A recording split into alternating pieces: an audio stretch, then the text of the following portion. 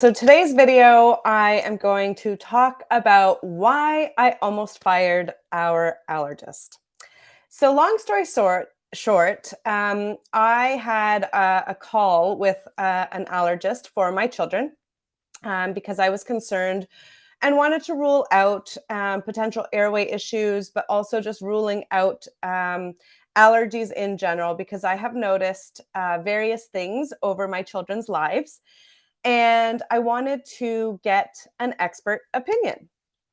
So, long story short, this allergist said quite a few things during our initial consult call that really made me question her competency and whether her knowledge was actually up to date. And I'm going to talk a little bit about that in this video, but I also want to just put in the caveat here that I am sure, I mean, obviously, she's a doctor, she's an allergist. She went through lots of training and medical school to be that and become that. And I'm sure that she is really an expert at allergies. However, there were a lot of things that I was like, interesting. I felt like she had a very sort of narrow-minded path. So I want to talk a little bit about that because I know that a lot of the mamas that I work with go to their doctor as a first resort and often ask their doctor about various things related to their babies and even their own health. Baby sleep, baby reflux, baby development, if there's any concerns with any of that, if there's any concerns with intro to solids or anything like that, always the first place you usually go to is your doctor. And if your doctor is not leading you to the right place or they're telling you false information, that is kind of scary. And so I really want you to think about what I say in this video, but also really just ultimately trust your instincts. So, a little bit of backstory for my children before we get into what actually happened during this call that made me almost fire our allergist. Um, so my son Christian, when he was born, he had quite a few really severe diaper rashes as a baby. And we were already at that time into reducing toxins. I had swapped out our laundry products at that point, our cleaning products and personal care products. So, like bath washes, lotions, laundry detergents, all of the cleaning products. I had really like revamped and all of the stuff that I was using on him specifically. I was really reading the ingredients and making sure that it was sort of as low toxin as possible. I was checking my ingredients with the environmental working group and, really focusing on low tox solutions.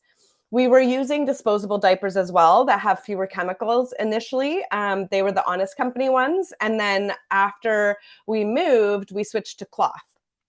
And still, this diaper rash persisted. And he would also get random eczema spots all over his body. Fast forward 2 years to my daughter's birth, and she also started getting severe diaper rashes with open sores and eczema. And it took me about 2 weeks in before I finally figured out that eggs were causing the diaper rash that my daughter had. And oh my goodness, my mama guilt. I was like, oh, why hadn't I figured this out with my son? I felt so bad for him because I had tried so many things. I cut out dairy. I was already pretty much gluten-free at the time. I was really trying everything with him and I couldn't figure it out. And then with my daughter, I realized that I had upped my egg intake because eggs are like super fast to make, easy to make, high in protein, easy to eat when you're nursing and trying to have a newborn and a toddler at the same time. And so I had really upped my egg intake. And then these diaper rashes started and like literally open sores. Oh my goodness. I felt so bad. Anyway, at that time, once I realized that it was the eggs, I thought, okay, well, we should go to the allergist and we should get this checked out. And so I took both my kids to the allergist because I was like, well, they clearly have a sensitivity to eggs. I mean, these open sore diaper rashes, that's not nothing. And so we went to the allergist and the allergist tested and she said, nope, there's no allergy. You can keep on giving them eggs. I want you to make sure that you give them eggs once a week. And so to this day, we have been giving my kids eggs once a week. My son hasn't really had any reactions, but every single week we give my daughter eggs once per week and she always gets redness in her genital area. and it hurts and it's red and it's sore. And she knows that it's because of the eggs and she still wants to eat the eggs. So at this point, it's kind of like, okay. And the allergist told us to keep doing eggs. So, there's this battle in my head of like, well, the eggs are causing her to have this redness and soreness, and like clearly her body doesn't like them. But then the allergist is saying, no, no, it's not causing her anaphylactic shock. So you can keep giving her this food. I don't really care that it's causing her redness and soreness or eczema or whatever, because it's not an allergy. And to be fair, she did say that she wanted us to keep giving the eggs once a week so that my daughter doesn't develop an allergy to eggs, which really would be a hard thing because lots of medications and lots of things have eggs in them, right? So we don't necessarily want her to develop an allergy to that. Now, recently I got in touch again with this allergist. So this is like fast forward 3 years. And I wanted an update, and I wanted to really have my children checked out again for allergies because I've noticed a few more things. I've noticed that when my daughter has dairy, especially yogurt, she gets like this constant runny nose. I've also noticed that my son gets like these periods of like where his nose is really stuffy. There's no like snot or anything. I know TMI here, but I really want you to like think and know about these things because this is what like real life is, right? So he would get these stuffed, like lots of congestion in his nose that you couldn't blow out. I was never able to like suck it out with the nose Frida, but he couldn't breathe through his nose. And this happens all year round. So it's not just because of an environmental allergy from outside. And I have been trying to figure out if it is related to food. So we've tried cutting out eggs, we've tried cutting out dairy, like all of the sort of high inflammatory foods, especially the ones that cause more of the congestion. And nothing has really made a significant improvement in this stuffiness.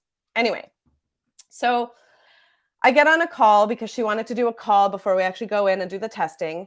And so initially the call went really well, and we chatted about possible sort of environmental allergies. And she also explained the difference between IgG allergy and IgE proteins, or not allergies, sorry, IgG and IgE proteins.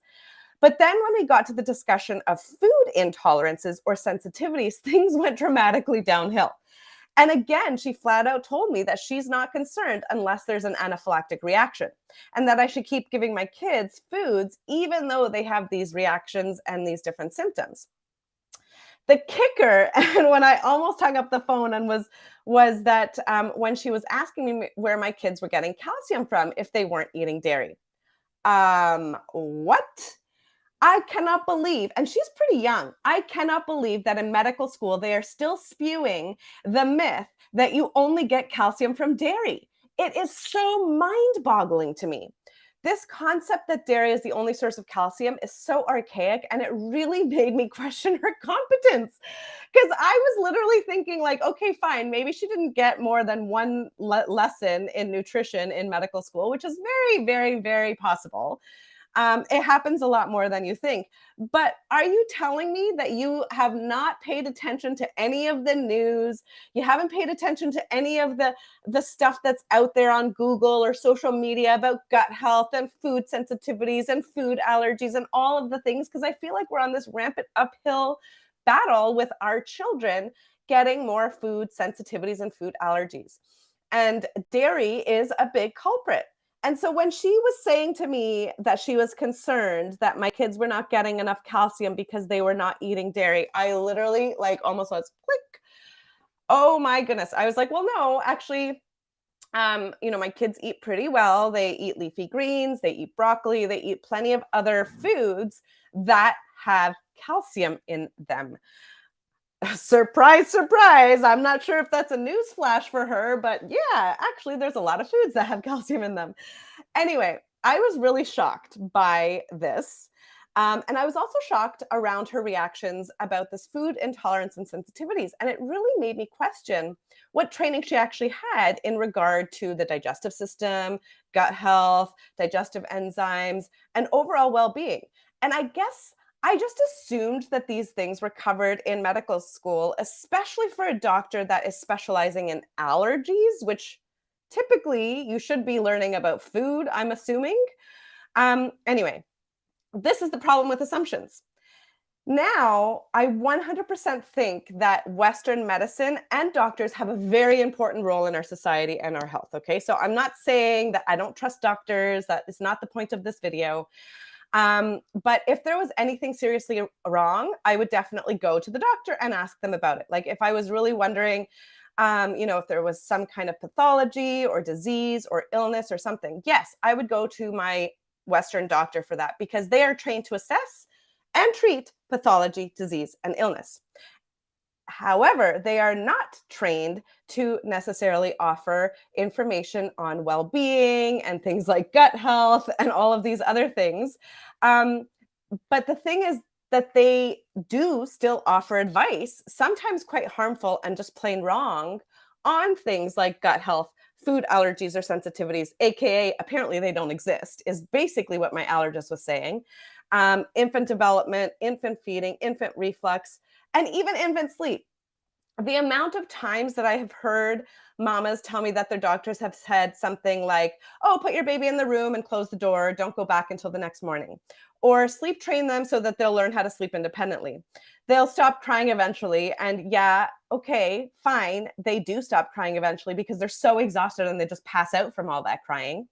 I've also heard mamas tell me that, doctors say that the best way to teach your baby to self-soothe, that you have to teach them to self-soothe so that they can learn how to sleep independently, which is actually pretty interesting because babies don't actually have the brain capacity to self-soothe or self-regulate until much later in life. I've also heard that babies don't need to eat at night after about 4 months, that parents should just put some cereal in the bottle to fill them up and help them sleep longer. Yes, I still hear mamas telling me that their pediatricians have told them this. It's mind boggling. I've also heard that it's okay for babies to start solids at 3 to 4 months, which is like, oh my gosh, do you not know anything about baby digestive systems and digestive enzymes? Like, what? If there is a failure to thrive situation, there's so many other things that need to be taken care of before you tell some parent to start feeding their 4-month-old solids. Like literally that is not the answer unless you have done all these other investigations first and ruled a bunch of other things out first. I've heard things like, oh, don't worry if your baby doesn't crawl. It's not an important milestone. I've also heard the band aid solution of like, oh, just give your baby this medication for an undetermined amount of time. It will help with their reflux because, AKA, I don't really know what's causing it. And I'm not going to find out, which is so crazy, right? And I mean, this is unfortunately the truth. I know that these sound so crazy, but you have probably heard these before as well. I've heard also that, nope, your baby doesn't have a tongue tie after the doctor only looked inside the mouth briefly without doing any other sort of oral function assessment. Um, and then this whole bit that I just experienced of basically discounting food allergies and overall gut health, I was just like, oh my God, what is happening in our society right now? As a society, we have our doctors on this like high pedestal, and often we believe every word they say. We assume that they have our best interest and best intentions in mind, that they have this amazing training. And yes, don't get me wrong, they're very smart people and they've gone through rigorous training, but they're people just like you and me. They're not gods. They shouldn't be up on this pedestal. They are regular people. Yes, they have a lot of education, but they are regular people. We should hear them out. We should consider their advice. And also, we should do our own research. They don't get training in gut health or nutrition or infant reflux or infant feeding or infant sleep or infant development in med school beyond maybe one lesson. They're not the experts in these areas unless they have undergone additional trainings in these areas. They don't actually know everything, even though we think they do. So please, please, please make sure to follow your instincts. If something doesn't sit well, please get a second opinion. Okay, I'm off my soapbox. That's it for me today. And I hope that you have a wonderful rest of the week, and I'll see you again soon. Bye for now.